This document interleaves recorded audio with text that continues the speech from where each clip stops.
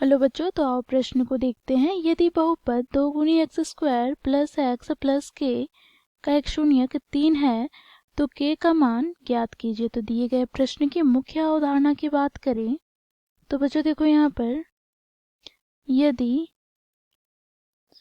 x बराबर 1 दिए गए बहुपद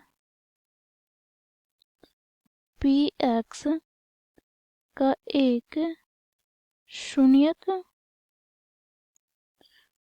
हो तो बच्चों देखो p बच्चों यहाँ पर x के स्थान पर हम a रखें तो उस बहुपद अर्थात pa का मान हमें प्राप्त हो जाएगा शून्य के बराबर। तो इस मुख्य अवधारणा की सहायता से बच्चों हम दिए गए प्रश्न को हल करेंगे।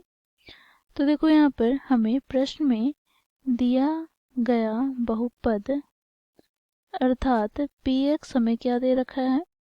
तो देखो 2 गुनी x square plus x plus के। अब बच्चों देखो क्योंकि x बराबर 3 देखो px का एक शून्यक है।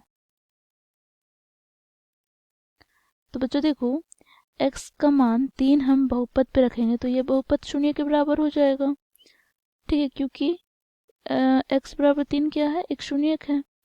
तो यहाँ से बच्चों देखो x के स्थान पर हम क्या रखेंगे 3, तो ये बहुपद शून्य हो जाएगा। तो यहाँ से बच्चों देखो 2 गुनी x की घात 2 अर्थात 3 की घात 2 प्लस 3 प्लस के बराबर शून्य हो जाएगा।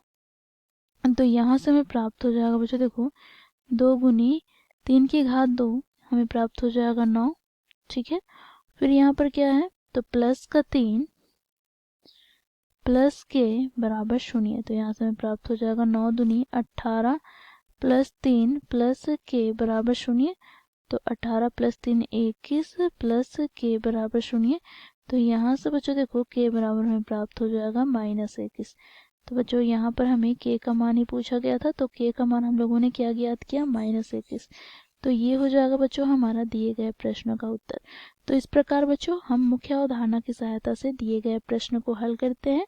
आशा करती हूँ आप लोगों को यह प्रश्न समझ में आया होगा। धन्यवाद।